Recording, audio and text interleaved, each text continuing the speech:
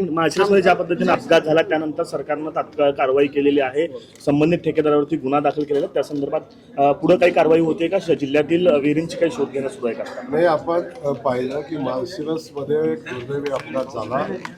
या अपघात होण्याचं कारण आपल्या सगळ्यांना माहिती आहे की जरी चालकाचं गाडीवरचं नियंत्रण सुटलं असलं तरीसुद्धा त्या ठिकाणी असणारी विहीर, त्या रोडचं काम असताना त्याला संरक्षक कठडा किंवा संरक्षक भिंत असणं आवश्यक होतं. कदाचित जर ती भिंत असती तर एवढा मोठा भीषण अपघात झाला नसता आणि 8 लोकांना जीव गमवावे लागले नसते. ही वस्तुस्थिती आहे. त्या अनुषंगानं त्या कॉन्ट्रॅक्टरला आत्तापर्यंत अनेक नोटिसा, अनेक कारवाईच्या सगळ्या गोष्टी केलेल्या होत्या आणि त्या अपघात झाल्याच्या अगोदर बी अनेक अपघात झाले होते. त्याच्यावर सदोष मनुष्यवधाचा गुन्हा दाखल करण्याच्या सूचना दिलेल्या आहेत. कुठल्याही परिस्थितीमध्ये त्या कॉन्ट्रॅक्टरला सोडलं जाणार नाही. जे लोक त्या दुर्घटनेशी संबंधित असतील, जे जबाबदार असतील त्यांना सोडलं जाणार नाही. असे आदेश या निमित्तानं आपण दिलेले आहेत.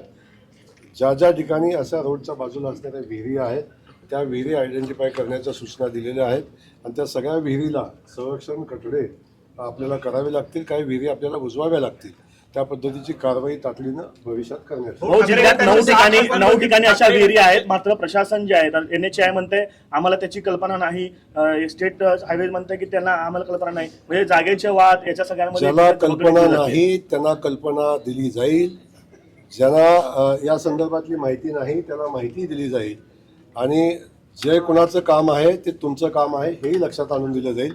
त्यामुळं संबंधित कुठल्याही व्यवस्थेला जबाबदारी झटकता येणार नाही. ठाकरे गटाचे 6 आपण करणार आहेत. ज्या पद्धतीने TMCच्या खासदारांनी केलं त्याच धर्तीवरती ठाकरे गट स्वतंत्र गट स्थापन करतात. खासदार आपण 6 खासदार आहेत. काय एकंदरीत नवीन गटाला माझ्या शुभेच्छा आहेत, पण मला त्या संदर्भातली माहिती नाही. मला त्या संदर्भातली माहिती नाही. पण असा कुठला नवीन गट होत असेल तर त्या गटाचं आम्ही स्वागत करू आणि त्यांना शुभेच्छा येईल. पण ते सर्व जे खासदार आहेत ते शिंदे गटाच्या संपर्कात न राहता भाजपच्या संपर्कात असल्याची देखील चर्चा आहे. कुठेतरी आगामी बिलाच्या अनुषंगाने म्हणजे जे डिनोटिफिकेशनचं बिल पडलं ते कुठेतरी पुन्हा एकदा आणण्यासाठीची ही सगळी रचना आहे का? आता मी खूप छोटा कार्यकर्ता आहे, जिल्हा लेवलचा आहे. राष्ट्रीय पातळीवर काय घडामोडी राजकीय चालतात याची मला कल्पना नाही. परंतु एक मी सांगेन की ज्या विरोधकांनी नारी बंधन विधेयकाला विरोध केला, आमच्या या देशातल्या महिला भगिनींचा अवमान केला, त्यांना त्याचं उत्तर मिळेल. आणि मोदीजींनी संकल्प केलेला आहे की नारी बंधन विधेयक कुठल्याही परिस्थितीत मंजूर करण्याचा संकल्प मोदीजींनी केलेला आहे.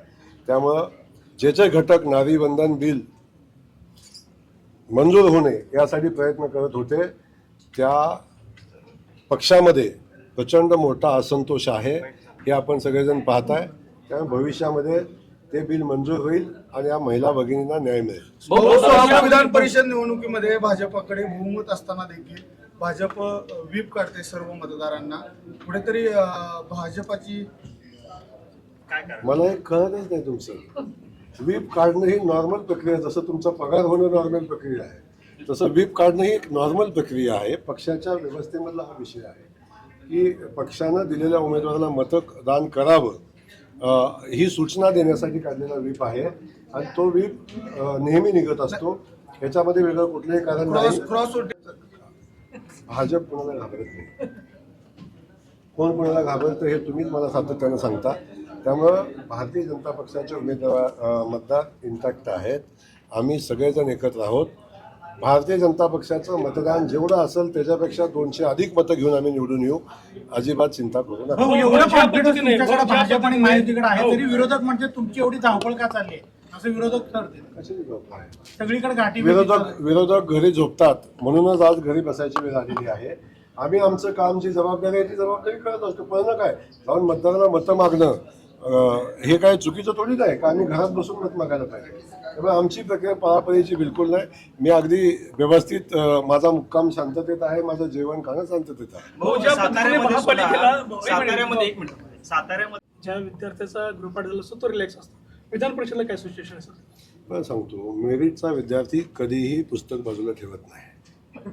मेरिटचा विद्यार्थी पुस्तक घेऊन अभ्यास करतच राहतो. त्यामुळे तुम्ही जे म्हणला ना पळापळ कशाला करताय, आता जर तू पास होतो तर कशाला पुस्तक हातात घेते असं म्हणून चालेल का? त्यामुळं मेरिटचा विद्यार्थी सातत्याने अभ्यास करतो आणि ही शाळा आहे, मग ही राजकीय असेल किंवा कुठलीही शाळा असेल, ह्या शाळेतला अभ्यास कधीही संपत नाही, या शाळेचं काम कधीही संपत नाही. जोपर्यंत आपण ह्या शाळेत असतो तोपर्यंत काम करायला लागतं, त्यामुळे आम्ही काम करतो. भाऊ, काल अभिजित दिपकेंना मारहाण झाली राजस्थानमध्ये, कितपत योग्य आहे अशा नाही, पद्धतीने? बिलकुल त्या गोष्टीचं आम्ही समर्थन करणार नाही.